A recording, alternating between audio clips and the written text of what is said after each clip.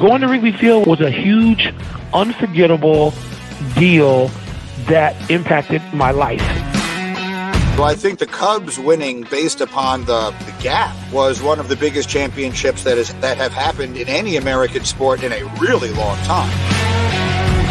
The first day that they introduced me, I said, baseball matters on the north side of Chicago. It's one of the, I love baseball and I love fan bases where it's important. Well, I always hated the idea of the Cubs as lovable losers because I don't think there's anything lovable about putting an inferior product in front of baseball fans. It would be the highlight of my career to see that happen and to get a chance to call it. And it didn't disappoint. I auditioned for the new kid. His name was Billy Crystal. I don't know whatever happened to him. But I'm on the Chad and Ryan show. Welcome to Friendly Confines, Extra Innings with Chad Gordon and Ryan Lieber.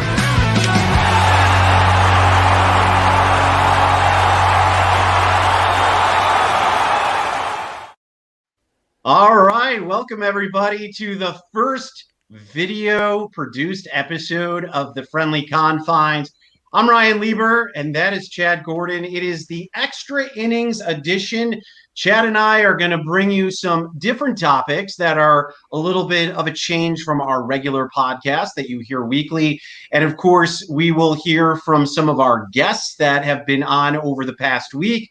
Plus, we're going to be previewing our podcast that we're going to have, of course, this week. On the other side of the glass, you won't be able to see him, but he is the one pulling all the strings. Aldo Gandia, who is doing such an amazing job, made such a great open as we welcome you. Chad, for better or for worse, our faces are now being shown for the first time again.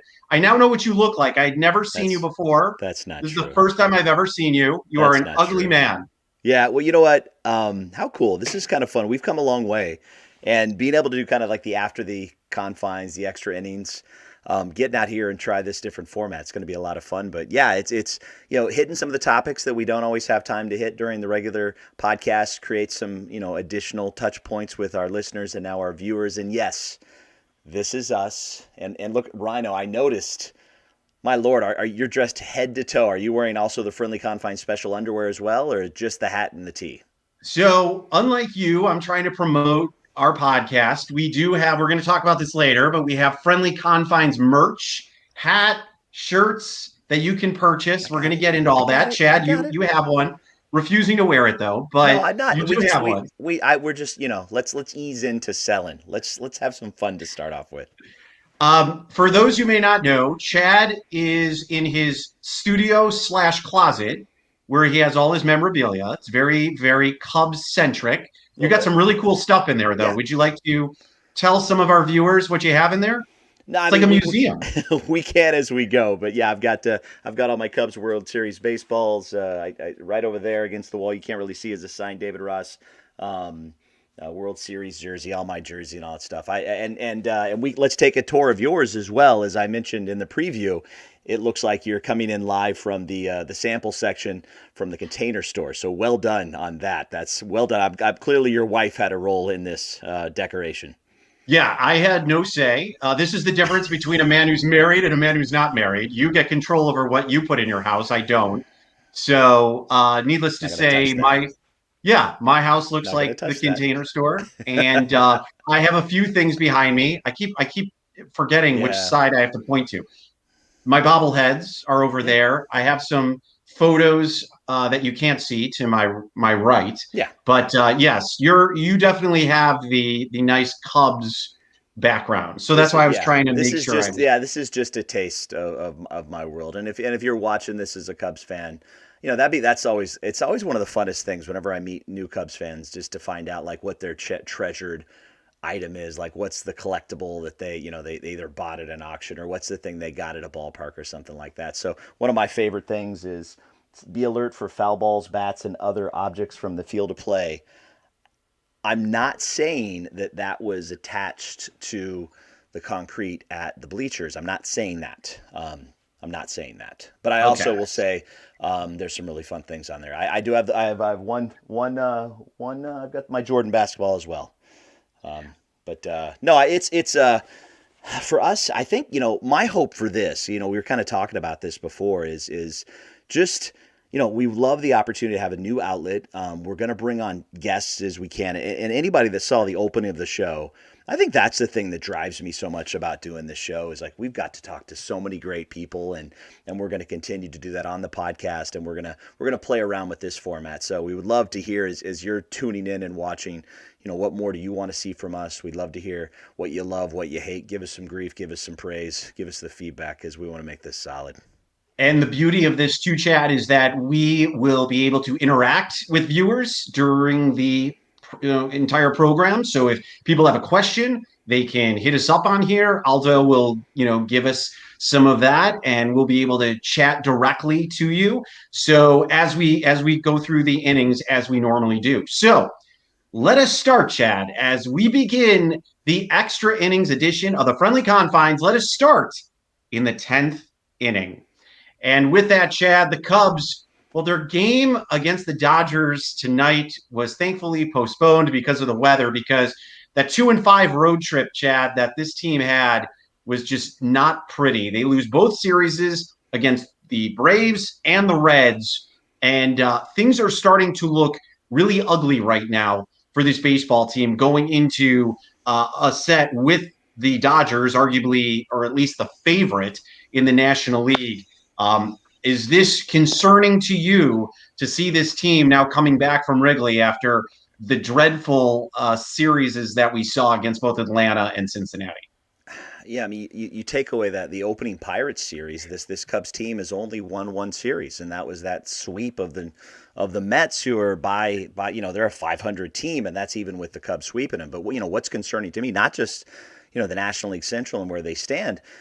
This Cubs team has the third worst record in the National League completely. Not just the last in the Central, but they're right there with the Miami Marlins and the Colorado Rockies. And the Rockies have absolutely given up and basically thrown in the towel, getting rid of Arenado. And the Cubs have only won 2 more games than those guys. So yeah, it's concerning. I mean, is this a bad luck situation, or what it probably is? It's a collection of people that are not doing well, either offensively or the pitching staff. I mean, there's not a person that could look to this Cubs starting pitching staff and not another team that would love to trade places with the Chicago Cubs. The bullpen has absolutely been fantastic, really, really good.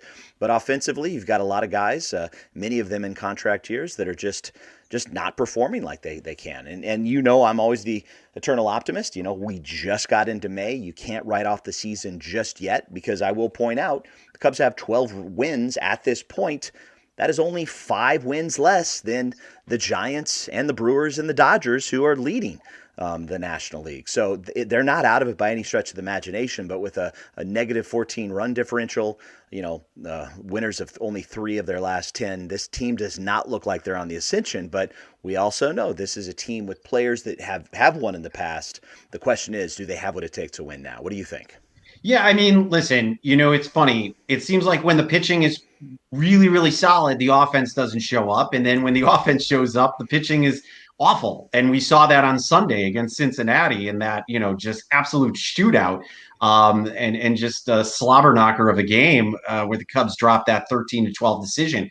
I look at this club and I just sit there and I say, at the end of the day, Jed Hoyer made it pretty clear in spring training. You remember, he said, we're in a transition right now. We're transitioning to what we are trying to be eventually. So I think that Mets series and maybe that last Brewer or that first Brewers game maybe gave us a false sense of hope, because we saw maybe the Cubs beat up on pitching that wasn't very good because they scored a bunch of runs. In fact, the podcast we did prior to last week, when we were both concerned that they weren't scoring runs, we put out that podcast, and then that night, that was when they went up for 13 runs that night, and they just absolutely walloped the Mets. So I just sit here and I say I think there's just going to be nights where this team is hot and they run into a situation where they just have the bats going for them, but it's concerning to me because if you're not beating the teams in the NL Central, and those are the teams that you really essentially have to have a winning record against, it's not going to end well overall with a winning record and a good run differential when it's all said and done.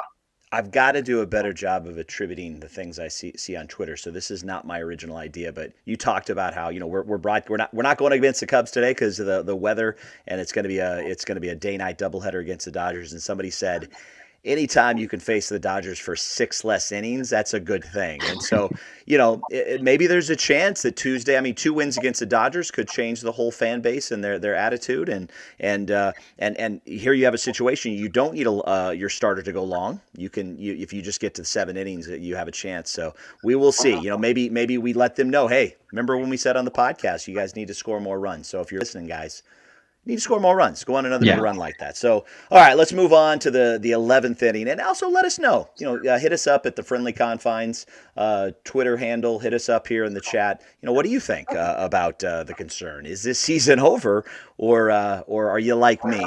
We're just in May. Let's see how it goes. So, 11th inning, and it's so funny. I find this so funny. I love this topic because I don't know if you know this, but we are a Cubs podcast, and Twitter is a Cubs Twitter, but the number of mentions for Nick is ridiculous. Like, it is like the jilted lover that is just looking across the bar at his old flame, with another guy that has got more money than him and a better car, all those fun things. The Cubs Twitter is so funny about missing Nick Castellanos. And so I'll just pose that question to you, Rhino. Do you miss Nick? Do you wish he was on the team? Have you written him love letters and you just haven't sent? It's I can't think of a player where we've had this kind of feel for. He really touched the fan base, and the things he's doing for the Reds right now, obviously that would be a huge shot in the arm if he was playing on the north side. Chad, do you remember the ex-Cub factors? You remember all the ex-Cubs that would go on to great things, right? Like, there's like such a laundry list of guys, right? Like, over the years, it was like Joe Carter and you have like Lee Smith when he left, and Rafi Palmeiro, like all those guys over the years and Greg Maddux that just excelled when they left the Cubs and moved on to greener pastures and had these amazing careers.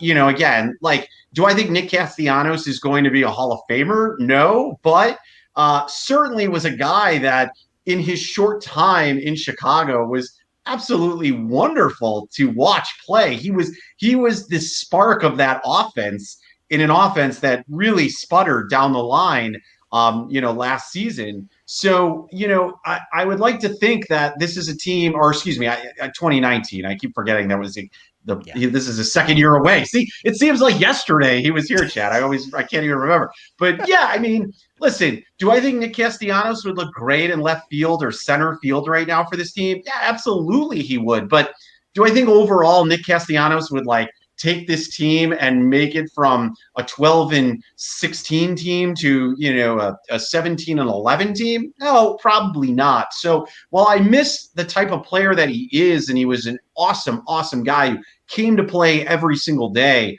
ultimately, I don't think it was Nick Castellanos that would put this team on his back and say, hey, I'm the X factor that would ultimately allow this team to be a contender in the National League. So while I miss his play, I don't think people should sit there and mourn this loss and feel like he would ultimately, be a game changer, because it wouldn't make a difference. What about you? I just so thankful the White Sox didn't make a move on him, or the Cardinals didn't make a move on him. He's in a really low pressure situation, but what he's doing in Cincinnati is absolutely incredible. And what he's doing at home is incredible this year. He's batting .393 at home. He has 8 home runs, 17 RBIs, and his OPP, is on base percentage, is .424 at home. For the season, he's .335 with 9 home runs. He's tied for first in home runs with Chris. Almost in the top 10 in batting average, 15th in RBIs and 12th in OPS. He is having a career year. You put this up. He's never had a year quite like this. You wonder, is it just because of the kind of the low stakes of being in Cincinnati? But he is the guy there. And I've always thought the reason it didn't make sense in 19 is the Cubs were committed to our dear friend Kyle Schwarber. He was going to be the guy. They were going to give him all the chances, and then they decided the chances were done, and they made a move to Jock Peterson. That hindsight wasn't there in 2018 and 2019. Right field is buttoned up. You did say he could look good in center field, and I just have to disagree with you. He does not have the athleticism. He does not have just the range and the ability to play center field full time. What the Reds have allowed him to do, which is exactly what he needs to do, is to hang out in right field and be a professional hitter and be the guy that just shows up and now probably become the Cubs killer, right? That's what he is. But his only job is to get up there and have quality at bats and play right field. And that's the low stakes part of it. And so that was never going to be possible because of Hayward. It never was. And so, I think the front office looked at all the options. They could have made a move, but if Nick is here now, you definitely look at Nick to sign him on. But at the time he was there, it just did not make any sense at all. But I got to tell you, it'll be interesting. We've got a lot of White Sox fan friends. We've got our White Sox podcast crew here on the Barroom Network, and they're going to get a look at him this week. The White Sox and Reds are battling the next couple of days, and let's see if he stays hot in Chicago. But like I said, the only thing that makes me feel better is he is not wearing the black and white on the South Side or a Cardinal jersey, because then it hurt a lot more. Right, and you say that about the White Sox. I get that, but at the same time, the Cubs wouldn't have to really face him more than 6 times, a year, as opposed to 12 times a year when they play the Reds. It's going to be more than 12, and we just are seeing him for the first time. And if you don't think that he has a chip on his shoulder, you don't think he wants to, the multi-billion-dollar franchise on the north side and let Jed know you made a mistake. He has got to be so fired up to want to prove the front office wrong, because he wanted to come back, and Jed and Theo said, no, we can't. But I don't think it was because they didn't want him back. It just didn't make any sense. You couldn't have put him at second base. You couldn't. You'd had to make some major moves. So good Lord, cool off, Nick, and at least cool off against us, because he is now the Cubs killer of 2021. Well, speaking of outfielders, Ian Happ, Nico Horner had a very scary collision in the game against Cincinnati on Sunday. Happ taken for X-rays. He's day-to-day. Horner still shaken up as well. I just wonder, Chad, Happ obviously, he actually went 3 for 5 on Sunday. He was hitting great on Sunday, but overall has been very shaky this year. Still not hitting the ball as well as we had kind of hoped for, especially in the leadoff spot. And be it that, the Cubs have kind of put him the majority of the time in the leadoff position. How crucial of a loss is this if Happ is out for, a period of time and not batting in the leadoff spot? Does it even matter? So it's when you look at it in the moment. He had just came in. That was one of the most incredible. A record number of home runs at the Great American Ballpark, and he had the big one there to tie it up, the 3-run homer. And you'd have wondered, because he has been scuffling at the plate. He has not been really good. He has not. But defensively, he's always been very solid. You hope maybe that was going to be a turning point for him. I believe, up to date right now, he's a negative WAR player. So he actually was costing the team more than he was giving the team. But it's so interesting because, the Cubs have not had a center fielder of any value and consistency, or even one guy they can plug in there since Dexter. And so he was going to be the guy. It is so tough to be the guy. He is not your prototypical leadoff guy, because he is a power guy. He is the guy that can go in big streaks. It is not the guy that's going to hit for average. But I was so hopeful watching that game when he hit that 3-run homer that was going to be some spark. But I found it to be interesting as I kind of shift away for a moment to Ian Happ. Now we got Chris Bryant was slated in to play tonight at center field. First off, what we're going to talk about Chris a little bit. What can't that guy do? And I was really excited to see him in center field, because I just never even imagined that. But yes, it's going to be a loss. We don't know long term. This isn't a Kyle Schwarber situation, but I wouldn't mind welcoming back Ian Happ in game 1 of the World Series, later on this fall, if we could repeat that. But he has been scuffling. Jock had been scuffling, Hayward scuffling. The whole outfield really is scuffling if you take Chris Bryant out of the equation. this was a guy you needed to see heat up. You needed to see him really turn it on, and he really hadn't shown us anything this much this year other than great defense. And he is, he's a great guy. He's got a great presence. He's clearly a good clubhouse guy, but he just wasn't doing it offensively. Hopefully, it will be a quick return. Hopefully, he'll have an opportunity to come back and reclaim that position and do well. Yeah, and get a little shout out here to Eddie Newsom, who's watching us here. Hap has had no multi-hit games this season and had no hits in the last 5 games. Prior to Sunday, of course, he went 3 for 5. But yeah, I mean, listen, he had such a great season in 2020, and granted, again, 60 games, hard to kind of just justify that as a overall great year when you're only having a small sample size. But to your point, I really thought he was kind of coming into his own this year. Really thought there was an opportunity for him to, be that lightning rod to kind of set the table for, the rest of the guys in the lineup, especially leading off. Because he's really, I mean, I guess you could think of Nico Horner in that role potentially, but he's really the only prototypical leadoff hitter that this team has. And I understand that the leadoff spot is not what it used to be back when Ricky Henderson was leading off, or Lou Brock, or whatever the case. You can basically have anybody leading off. In fact, the analytics tell you have the guy who gets on base the most, regardless of who they are or if they hit for power, whatever the case may be. Hence why Anthony Rizzo was hitting leadoff for so long. But I think this is a big loss because the Cubs are not a deep team. They don't have a very good bench. And I feel like somebody like Hap, who could be out for, a few games, it's just one more bat that you're losing to a lineup that is just, as you said, scuffling at the plate. And you want to be able to get as many quality at-bats for your starters as possible, especially when you're struggling as much as you are. So I think it's a loss. Hopefully he can bounce back. Hopefully he's in the lineup tomorrow. Maybe this extra day will help, and Chris Bryant won't have to play center field. So we'll have to see how that comes to be. Yeah, great catch, Nico. Absolutely fantastic catch. We're still waiting to hear if this is going to be something that is long term, or if Ian is going to be back soon. So the day off definitely helped him along. So let's move on to the 13th inning, and the title of this inning is about Javi standing up to the Reds' Amir Garrett, but I would actually take a step back to say I'm feeling like we're seeing a lot of bench clearing not brawls, but scuffles, and a lot of just grandstanding and a lot of chest pounding. But on I believe it was Saturday, because the Cubs did win 1 from the Reds, and I believe it was a 3-2 win against the Reds.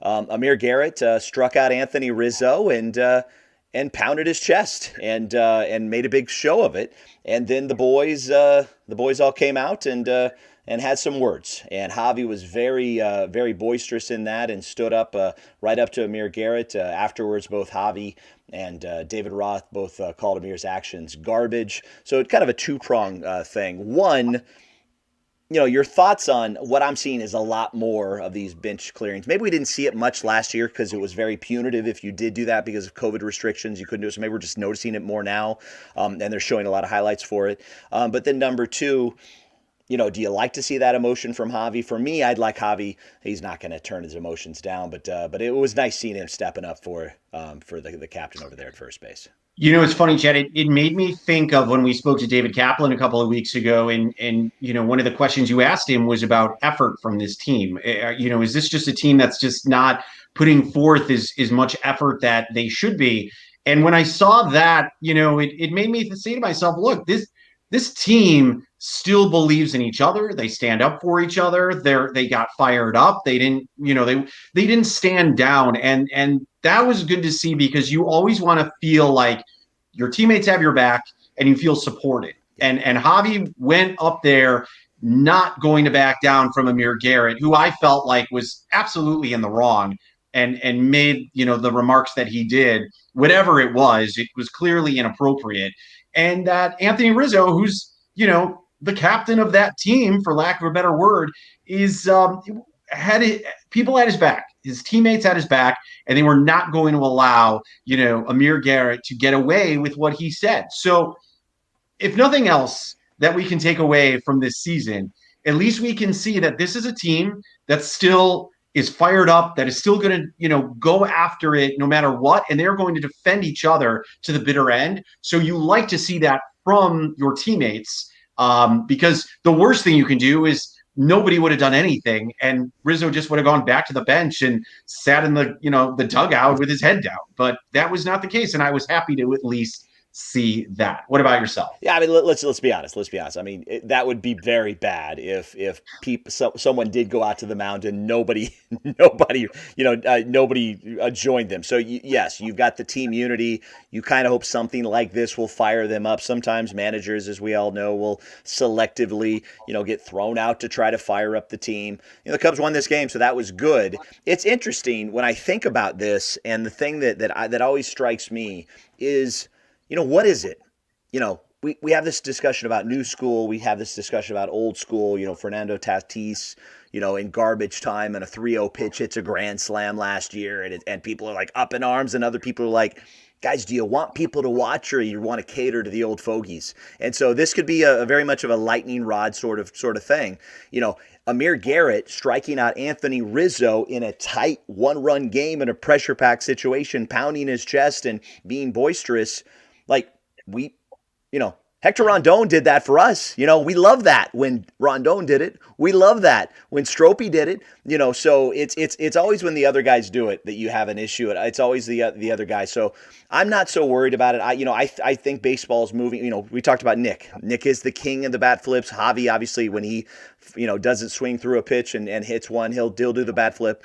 What do you want? Do you want the celebration? If you do, you can't have you can't take it personally. It's just, thick skin, move on. So I think I'm more in that camp right now to say, I think baseball is moving in this other direction, with more boisterous players and more players that are wearing their emotions on their sleeve and are not going to just put their head down.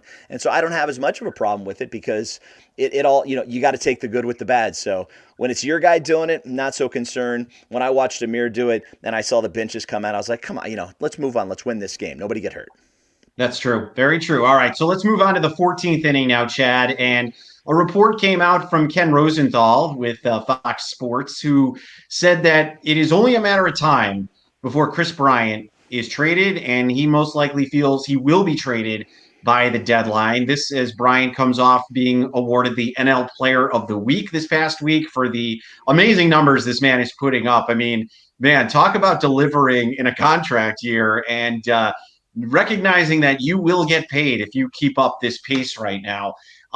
You and I spoke about the fact that we were hoping that maybe the Cubs should offer Chris Bryant as much as possible to keep him around and keep Rizzo. That those were the two guys as the cornerstones of this team, and maybe allow Javi Baez to walk and go that route. Hearing this news and thinking that Ken Rosenthal is on the pulse, I would say, of what's going on in baseball, to say the least. Does this make you, I guess, a little distraught or upset, knowing that maybe Chris Bryant's time with the Cubs is potentially numbered at this point? And listen, I mean, I don't think it's a stretch to put that story out there. Who is the only person with value right now that's not a pitcher on this Cubs team? I mean, it really is. It's only Chris Bryant. He's the only guy right now that anybody would even consider giving a haul for, because he's in he's 1 or 2 right now, no matter how you look at it, in the National League MVP race right now. The first week of May, who cares, right? Let's see what he does. But for all the people that have been trying to move Chris Bryant for the last number of years and said they'd have traded up Chris Bryant for Bryce Harper straight up, Chris Bryant, when he's healthy, is a Hall of Fame baseball player when he's healthy and he does what he wants to do. This is why I want Chris Bryant on this team for the rest of his career, if you hope he can stay healthy, because when he is healthy, there's nobody better. There's nobody that was just born to play baseball, that has the frame to be able to be a power hitter and consistently put up the big numbers, because people aren't juicing anymore. This is the body type that's going to allow you to do what we're seeing right here. And he, the National League Player of the Week just happened. That's his first one in quite some time. If he stays on this pace, I have a dream, I have a fantasy, I have a wish. If he stays on this pace and this Cubs team stays and does what they do right now, there's no reason why my fantasy can't work out. And that is just basically say, Chris, if you can't take the money now, okay, we're coming hard at you in the offseason. We'd love for you to come back. You're a legend in Chicago history. Go be a legend and get us a haul of like 9 prospects, and we'll come get you in the offseason. But we're not moving Chris Bryant. This team is going to be foolish to even think about moving Chris Bryant until we get closer to the deadline, when we know that, hey, again, it's the first week of May. This team's not going anywhere. I'm not saying this team isn't going to. They're 5 games away from the Dodgers right now in the win-loss column. They don't look good, but let's give Chris a chance and this team a chance to turn it around. But if not, go get that haul. There's nothing keeping a team from letting a guy go away to bringing him back. Aroldis Chapman with the Yankees is a wonderful example, although that hasn't helped them get back to the World Series. It will be painful to see him get traded, especially if the Cubs are obviously faltering like they are. And then on top of it, they trade Bryant. And then I was thinking about it today too, Chad. There's certain teams that I think would sting a little harder than others, right? If the Cubs traded Bryant to a specific ball club. And one of those teams is on the south side of Chicago. And I think they could be in the market for somebody like Chris Bryant, especially with the injuries that the White Sox have dealt with already. Eloy Jimenez, now Luis Roberts is hurt, that they could use a bat. If Rick Hahn is trying to get creative, they could go out and maybe, since the White Sox have some great prospects as well, or just great talent, the Cubs could possibly get something in return. The White Sox actually make sense right now. Brian could play in left field. He could fit that spot. Another destination is obviously the Blue Jays, also another team that has a lot of prospects. Another team is the Mets. They were heavily discussed as well.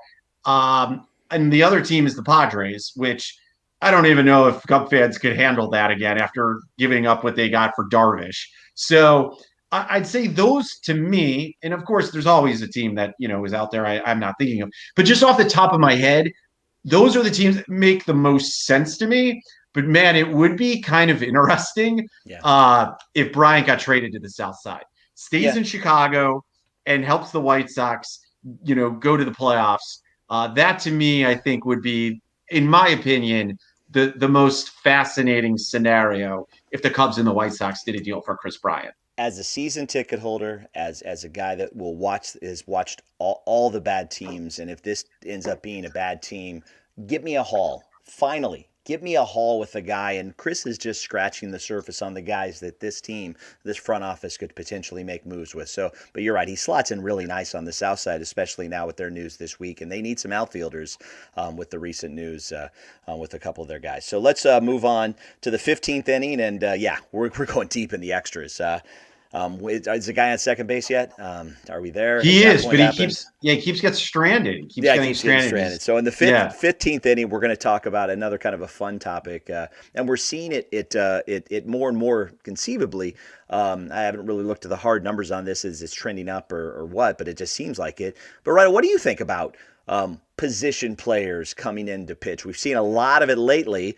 We saw a great strikeout by Anthony Rizzo on Freddie with Atlanta on an ugly series. But what do you think about position players coming to the mound? Yeah, I mean, listen, I don't like it personally. I understand that there's a lot of stress on bullpens this season because we're seeing just a lot of starters that are not going very far and deep into games, and that a lot of managers are wanting to save their bullpen if there's a blowout in a game. But I don't like it. I mean, I'm not there to, watch Little League. I'm there to watch Major League Baseball. And as fun as it is to see Anthony Rizzo occasionally strike out Freddie Freeman, to me, and maybe I'm becoming, get off my lawn guy by saying this, but to me, I want to see pitchers pitch and I want to see hitters hit. I'm not interested in, let's bring in our second baseman to pitch an inning because we're getting blown out, 14-0. I mean, to me, it's just I feel like it kind of just makes a joke of what we're watching. And I don't personally like it, but I recognize the fact that maybe this year we're going to see more of it because of the fact that the pitchers are still trying to get themselves into sort of, if you want to call it game shape, or throw deeper, or try to, maximize their bullpen as much as possible.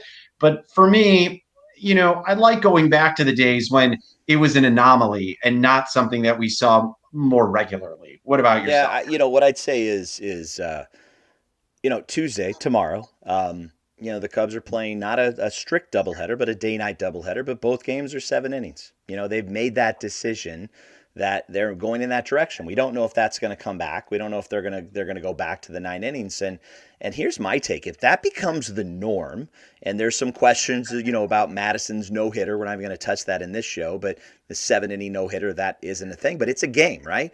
And so I guess where I'm coming from is to say, okay, I played enough Little League. I played enough high school ball. I play enough rec and competitive ball right now. At a certain point, there's a mercy rule. That there's a certain point you raise your hand and you go, wasn't our day. And so if the ticket price for both Dodger games tomorrow are still full price for a 7-inning game and everybody's okay with that, then there should be a moment where both teams go, you know what, you got us. And maybe it is in the 8th inning. Maybe it is at a certain point where you don't finish it out. And again, I only say that because the 7-inning games are now a thing. And so, like you said, I don't love it.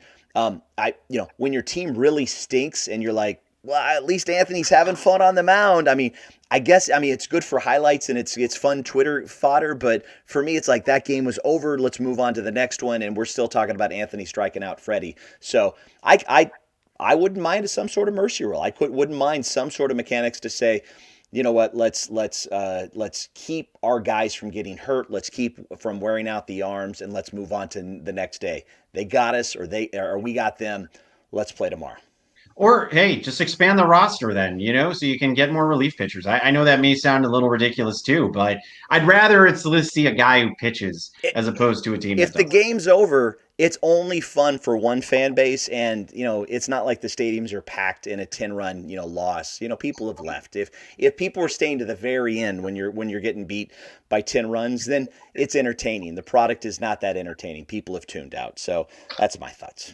All right, so let's move on to the 16th inning, Chad. And, since 2016, when the Cubs won the World Series, the city of Chicago, I feel like, really hasn't had a lot to cheer about when it comes to their teams, right? The Bears had maybe a very short period of time where they made the postseason. Then they, of course, the double doink eliminated them against the Eagles.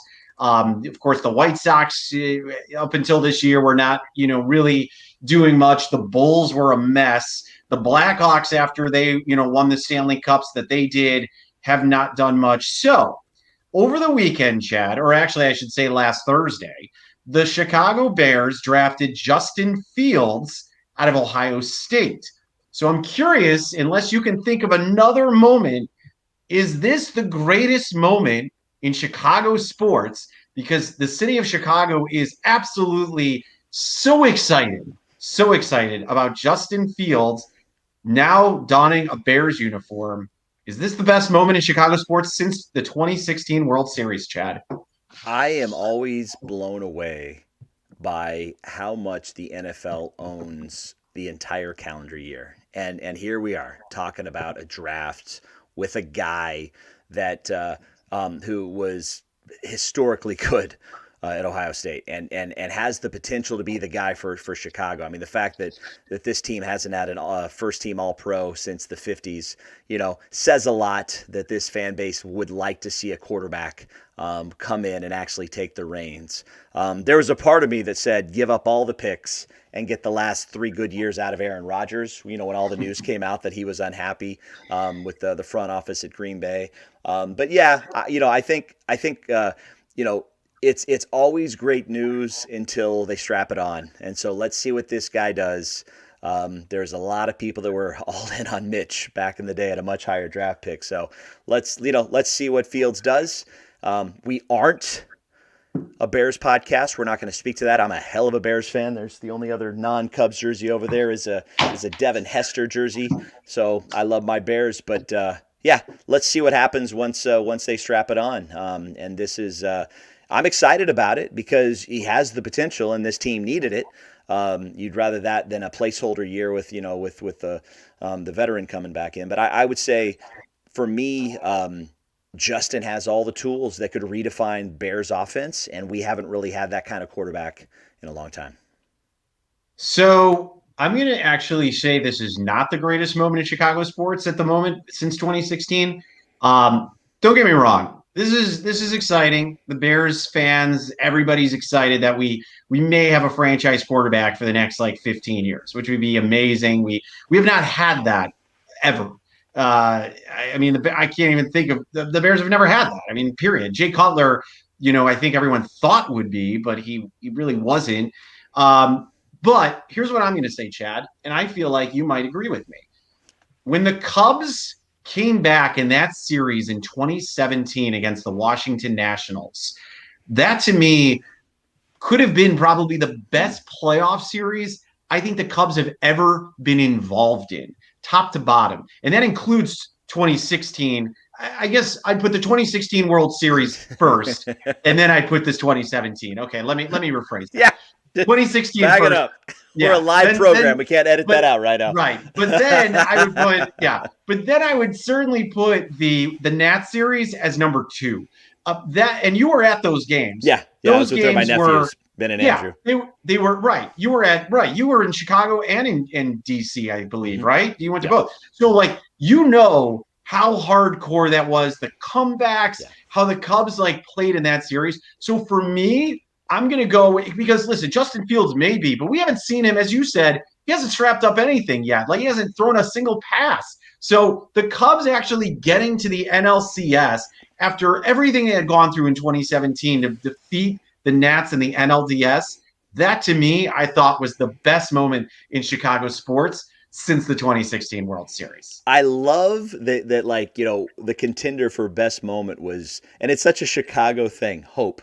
Is hope the best moment in Chicago sports? And there's our buddies on the South Side Hitman. Glad to have you here, and we've been following your podcast and your show as well. But let's see what happens. And I was at that series, and it was a tremendous comeback. That Harper and Zimmerman home run was incredible.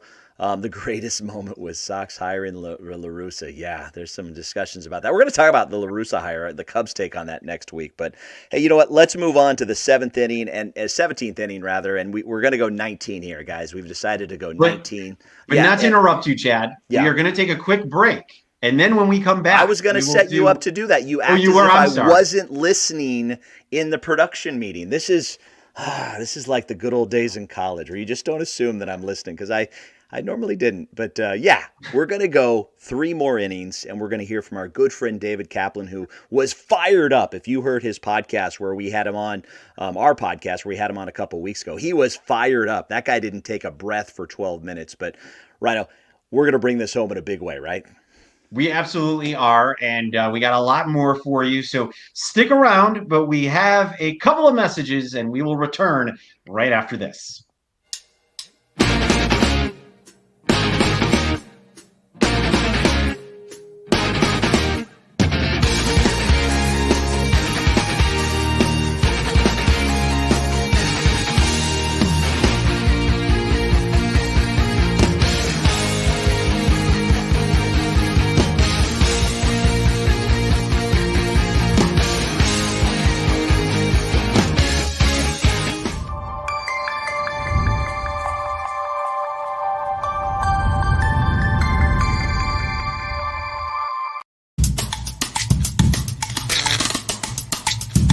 Look, see it? Tight for the net, outstanding, far down, goal.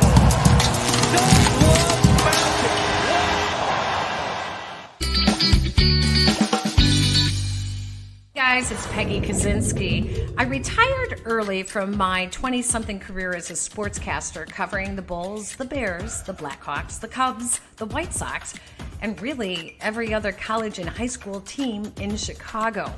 So what do you do after that? Well, you start a podcast. That's what I did with my teenage son, Jason. And the result is The Sportscaster and Her Son. Yes, I'm the baby boomer, a mom. We don't get along. We don't have a lot in common, but we both share a love for sports. And we always have great sports conversation. Even better, our guests in the interviews. So come check us out. We're on Podbean and the Barroom Network, or really wherever you get your audio. The Sportscaster and Her Son podcast. See you there.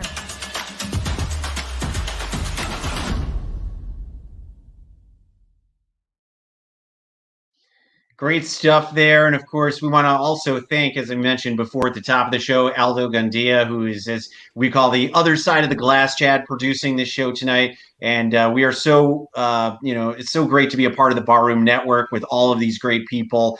And Peggy Kaczynski, she went to SIU, Chad and I, if you don't know, Chad and I are both graduates of Southern Illinois University in Carbondale. Very smart kids, yeah. We were very smart. We had a very high 2.1 GPA. Yeah, that's not true. And so with that, we always try to get our Salukis on. Yeah. We need to get Peggy on. Peggy is on our list of people we want to bring on our program. And you can check out the Sportscaster and Her Son. And as we mentioned before, the swag that you just saw in the commercial before that, get your Friendly Confines swag. Go to deepdishtees.com/Barroom. Chad and I are sporting the Friendly Confines hats. Pretty nice. Yeah. I think they're great. I got my T-shirt. You can get it in. I have mine. Yep. Chad's got it underneath his I don't even know, his zip up, whatever you want to call it. It's not a hoodie. It's just a zip up jacket of some sort. Keep going. Let's not talk fashion here. All right. They come in a variety of colors, Chad. We have blue. We have traditional cubby blue. We have Carolina blue. We have charcoal gray. All the good stuff. All good stuff. So make sure you check that out at deepdishtees.com/Barroom. All the podcasts are available, ours as well, for the Friendly Confines. So make sure you do that. We also want to make sure that we mention our new sponsor, Chad, of the show. This program is also brought to you by our friends at Golden Rule Entertainment. So we want to make sure people know that you can get big league opportunities while offering a piece of a minor league style ball club. And you can find out more information about Golden Rule Entertainment and how to become an owner. Go to www.goldenruleentertainment.com. A great opportunity if you are interested in investing in a baseball team. So we are excited to have them on board as well. It's so cool. And even if you think, well, maybe I can't do that, go to goldenruleentertainment.com, and it's kind of like that idea of like the Packers where people have ownership shares, but you actually would have ownership of what they're looking to do is build actually a group of minor league teams. And you can go to goldenruleentertainment.com, go to their website, check it out. But it's actually really neat to think that you could own a piece of a minor league franchise. And we're really excited to have them as a sponsor. Loving the swag. You went full swag. I went partial swag. And you could follow Ryan on his Twitter at Ryan D. Lieber. You can find me at the Chad Gordon. But yeah, we love being a part of the Barroom and all the different shows. There's such great talent, and we're just excited to bring you this first of many new outlets, this video program, the kind of the after the confines, the extra inning. So let's move on to the 17th inning, and we've got some audio here. We've got some Kaplan audio, and Ryan, should we play this before, or should we play this after? What do you think? Well, let's start first. Cap talked about what this team would potentially do with the pending free agency of Chris Bryant, Anthony Rizzo, Javi Baez, and Wilson Contreras, who's still under contract. So here is David Kaplan from ESPN 1000 speaking about this first. Right, what he would potentially do, and then we can react to what David says. Got it. So I'd go to Chris, whatever that number is that Jed feels he can afford. If Chris says, I can't do that, gone. I'm trading you as fast as I can. You look healthy, put up a few more numbers. As soon as somebody's ready to bite, gone. Then I go to Wilson Contreras. Hey, man, I got another year of control with you. I like you. Here's what I can pay you. Nope, I'm not interested. Gone. Javi, we offered you a massive deal a year ago. You turned it down. Here's what we can pay you. You have got to show some productivity here. Otherwise, I'll get what I can. Gone. Anthony Rizzo, okay, I know you want the Paul Goldschmidt package. I can't go to that.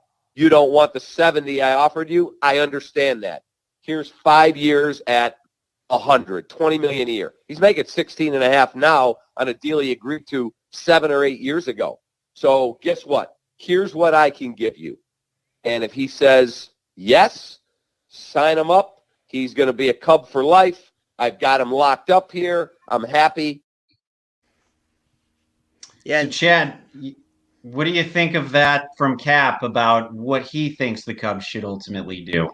I mean, he shares kind of the same ideas I've been saying as well. As if this team is not ascending, if this team is not going anywhere, if this team cannot make a run like like the Nationals did. I mean, if you think about it, the Nationals a couple years ago were getting ready to jettison their manager. They were getting ready to start moving people into free agency, and then they went on a run and won a World Series. And so again, it's the first week of May.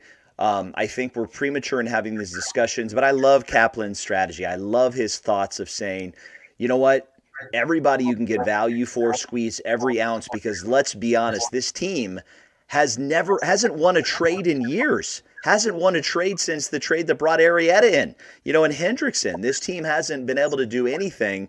They looked foolish in the Darvish trade. They gave away the farm, to bring in Chapman, who helped bring the World Series in, obviously. But yeah, his strategy is fantastic, and it's a wonderful strategy. Once it is very clear, if it becomes clear, this team isn't going anywhere. Yeah, I think he's right on about it too. And we talked about it with the Bryant trade. Get a haul for him if you ultimately don't feel like that you're not going to be able to sign him. Javi, again, if he's looking for Lindor money or Tatis money, he's not going to get it with Chicago.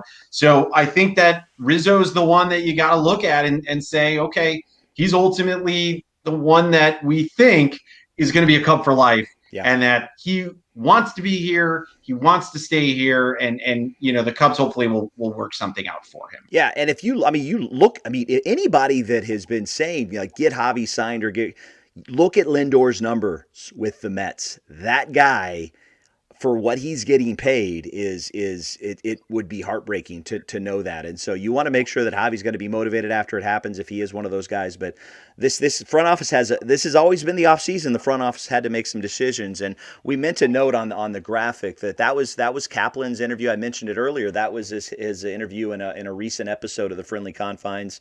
You saw in the open potentially. We've had everybody from Joe Buck, Mark Silverman's on the show so many different times. We've had Gian Greco back when he was the man. We had everybody but Chet. We haven't even had Chet Kopic. So make sure you tune into the podcast. We've got some of the greatest Cubs minds and all over the place. But let's move on to the 18th inning, Ryan.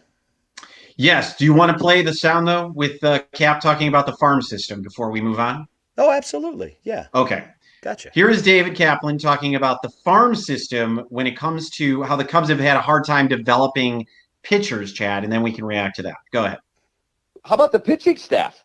Have they drafted and developed one guy in going on 10 years?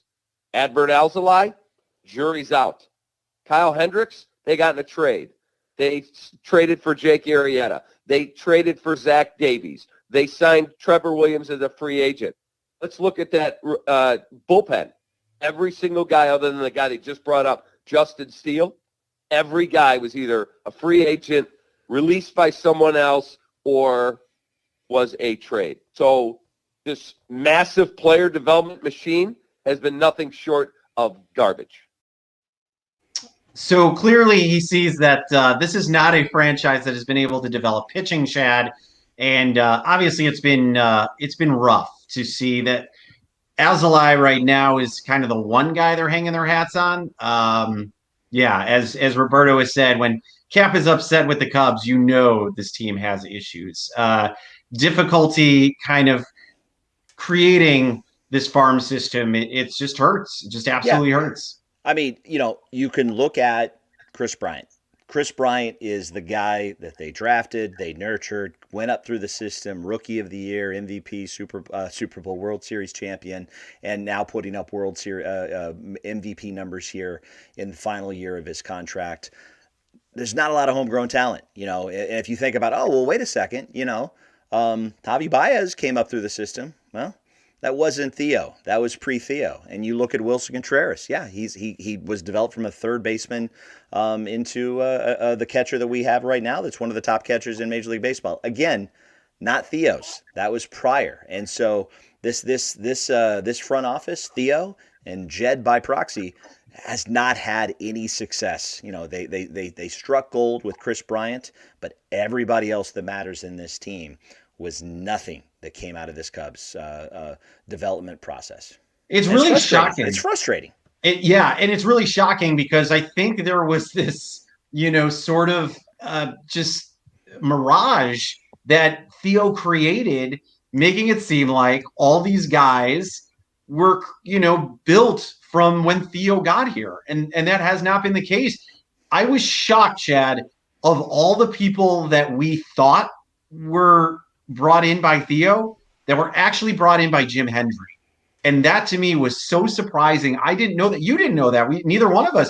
We remember we both thought Wilson was brought in by. No, I knew Javi was, but I misattributed to Cap. I thought that Wilson had. I thought Wilson was the one that they brought in. But yeah, but so did I. But Javi was, Javi was one that early on, there was discussion that he didn't fit the Theo mold, didn't hit the analytics, and they were looking to make a move. And then Javi basically made them say, no, you got to keep a hold of me. And he became one of the most exciting player to put on a Cubs uniform in several years. But this is, what's Jed going to do now? And the only way we can find out what Jed can do in a development process is to get him guys to be developed. And the only way that's going to happen is if they can stock the system.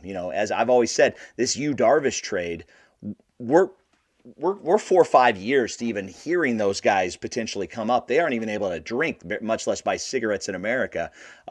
So we don't know the Yu Darvish trade. That's not one for prospects. So we'll see how good their eye is and how their development is. But, there's not a lot of guys waiting in the wings other than Adbert, and you love Adbert. We got to see what this front office do. This next offseason is going to tell the tale of what is possible. Yeah, absolutely is. All right, so let's move on to the 18th inning, Chad. And, we're talking about all these guys that could be traded. Here was one that I just kind of pondered. If you're the Cubs and you're out of contention and there's a team that might need a veteran pitcher down the stretch, would Jake Arrieta be a guy you'd say, hey, you know what? Sorry, Jake, we love you, but it might be time to trade you to a contending team. How do you think that would go over? I don't think his value is going to be there. I don't think we're going to see anything where he is going to get a haul that will allow us to where it'll make sense. Because ultimately, if this team decides that they're not going to make a run this year, they still need to sell some tickets. And Jake Arrieta is still the guy that if it's 10,000 people or 42,000 people, he's going to get a standing O every time he walks out to that mound in a Cubs uniform because of what he did in the past and that incredible run and what he was able to do in the 15-16 and the 17 season. I don't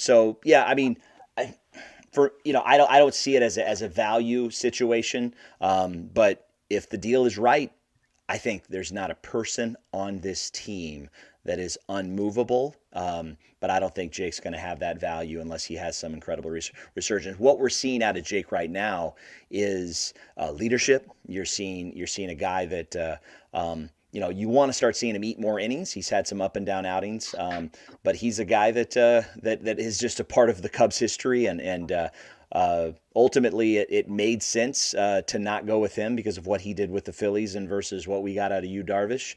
But he's the guy that I actually would like to see him slot in and actually go into the sunset in a Cubs uniform because he's the guy that, for what he did for a moment for this team, was ultimately more valuable than what Greg Maddux did for this team. He did it when it mattered. Yeah, no, that's true. And Lewis makes a good point. Can we talk about how horrible Hendricks has been?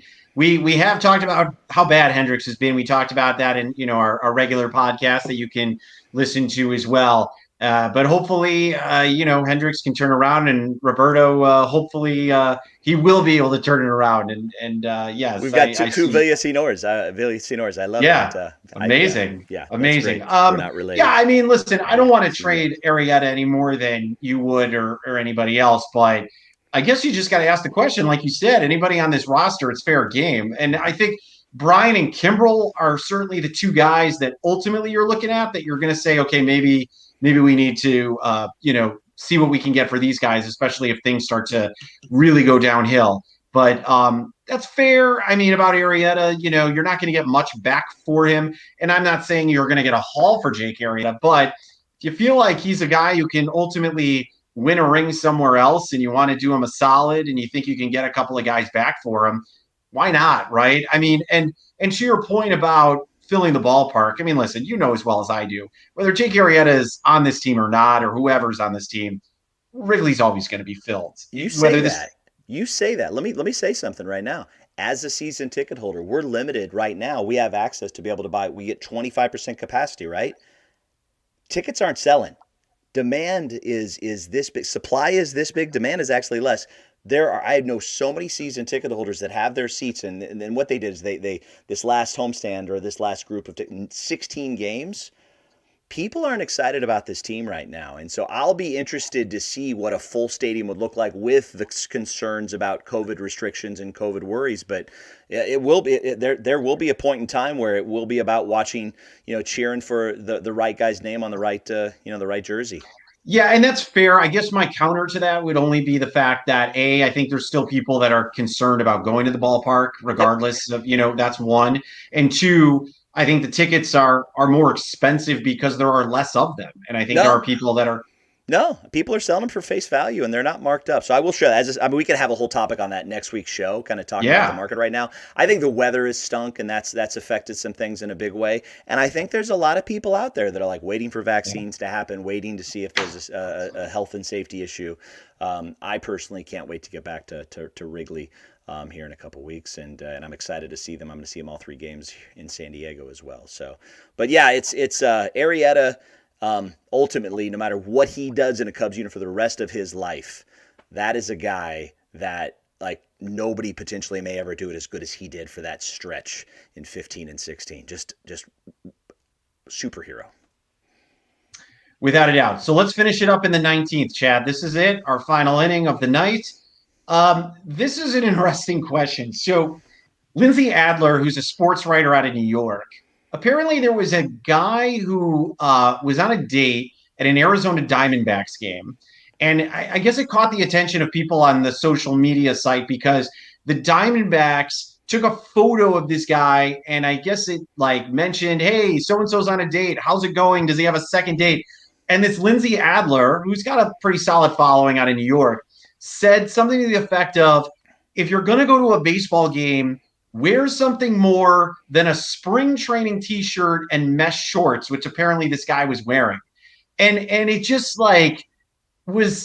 got such a bunch of flack for it. And people, of course, came after Lindsay. And I guess it just begs the question, Chad, if you're on a date with a girl, and let's say it's a first date and you decide to take her to a baseball game, and maybe you've been in this situation before, what is appropriate to wear to a baseball game, I guess, when you're on a first date with a girl, knowing that you're not usually wearing like a nice shirt or pants or shoes, that you're going to a game. So was this guy in the right to wear the t-shirt and mesh shorts to a baseball game on a first date? Mind you, he was in Arizona, where it was probably 95 degrees to begin with. So first off, was he a 14-year-old boy? Was he a teenage boy? Then yes, it's appropriate to wear mesh. I don't have an age shorts. Yeah. He isn't. He was a grown man. I have been on many a dates. It's one of my favorite things to do, to go to a ball game, whether it's with a friend or whether it's taking somebody that you really like. And I always tell them, I'm like, I'm going to be wearing some gear. I hope that doesn't freak you out, but I'm not a face painter. I've got my jerseys behind me that I wear. I've got my starter jacket that I wore to opening day this year. I've got my, my San Diego All-Star jersey, Rizzo jersey. I've got my Bryant jersey I wore to the World Series. And, you absolutely can rep, a Cubs t-shirt and friendly confines swag. I mean, I'll absolutely wear this to the next Cubs game I go to. You can absolutely wear a jersey. I know the jury on that is like, grown men wearing other men's jerseys with their names, but I think you do. You support the team. That's your team. Wear it. I certainly would not wear my name on the back. I think that's weird. But mesh shorts is never good under any circumstances. Again, unless you're a prepubescent or teenage boy that just is a stinky boy, and that is like your uniform, like just dirty socks, or you're going to the flip-flops and gym, shoes. Or you're right? No, just that is the only time to wear that out, right? So yeah, that was wrong. So I do have that with, I think her name was Lindsay. I'm on that. But yeah, from the waist up, I was cool with that, what that guy wore. From the waist down, come on, dude, come on. Wear some nice shoes. I wear shorts in a hot day at Wrigley. I'll absolutely wear shorts and some flip flops or some good sneakers and everything. But yeah, you don't wear basketball shorts on a date ever. All right. So next time, wear penny loafers with the mesh shorts and the t-shirt. Right? Is that what you're saying? No, never wear mesh shorts if you're going on a date unless you're coming back from the gym. But what if he's wearing nice shoes? If he's wearing nice shoes like penny loafers or like wingtips, you don't wear mesh shorts on a date. Okay. Never.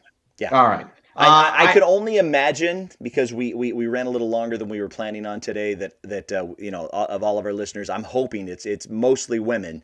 They can sound off to us on our Twitter account. So hashtag us and message us after the confines, hashtag after the confines, and let us know what is the bare minimum you can wear. Could you wear mesh shorts to Wrigley Field? I say absolutely not. Have some self-respect. Put on, come on. Because really, where you can show off what you are is the shorts or the jeans or the slacks and the shoes. If you're going to be kind of, Cubs gear or ball gear up top. I'm just gonna say that this guy, maybe this girl kind of knew that he was just a laid back guy, and he just, he wanted to be comfortable and he wanted to enjoy himself at the game. And maybe he didn't get the second date. Maybe the girl wrote him off after that. But hey, my man, if you're gonna go in, at least go in being you. That's all I'm saying. Yeah. So whether you wear the mesh shorts or you don't wear the mesh shorts, that's all. That's him. He just came off he just won the court 4 straight times at the YMCA on the basketball court. Threw on a Diamondback jersey. He's like, "Let's go, honey." No, not a chance. By the way, no one knows what we're wearing down below. That's the best part about it. You and I. Yeah, it's kind of funny that but we're not at a Cubs game with the girl. So what are you gonna do? I'm wearing plaid pajama pants. That's what I'm going with right now. Yeah, I'm wearing some Viore shorts. There you go. Yeah, no shoes, no socks. Yeah, that's the beauty of working from home, right? Talk about bringing the show home on a high note. Yeah, we're just talking about what we're wearing from the waist down. That's good right. Stuff. This was fun, man. That's this a whole other fun. Podcast. This was so much fun. Aldo, you did a tremendous job on the other side of the glass. We so love it. This has been a tremendous amount of fun. We're going to be back here throughout the season. We want to build this community, engage with all of you. Ryan and I love doing this. I've known this guy for such a long time, back since our college days where we used to cover the Salukis together, as Ryan said that. We love the Cubs so much, even when they frustrate the heck out of us. And we know if you're watching and listening and tuning in, whether it's the rebroadcast, you do as well. And we love and appreciate each and every one of you sticking on board this fun ride with us. Yeah, this was our first show. I thought this was excellent. Aldo Gandia on the other side, thank you so much for producing this. Just to let everybody know, you can find our podcasts where you get your podcast, whether that's on your podcast app, Apple Podcasts, Spotify. We are there, and we are ready to have you subscribe to our show. So find us there. This week, we will be talking to Jessica Kleinschmidt. She is the pregame host for the Oakland A's on NBC Sports in California. Great insight talking to her about, the Cubs. And of course, the movement that we're seeing, Chad, when it comes to more women having a prominent role in the broadcast booth. So I'm really excited that our listeners will get to hear her and just kind of how she feels that direction is going when it comes to seeing more women in the broadcast booth and what that role and what she has endured as well, trying to get to where she has been. So stay tuned for that. And we will be back here next week with another episode of the Friendly Confines. So for Aldo and for Chad, I am Ryan.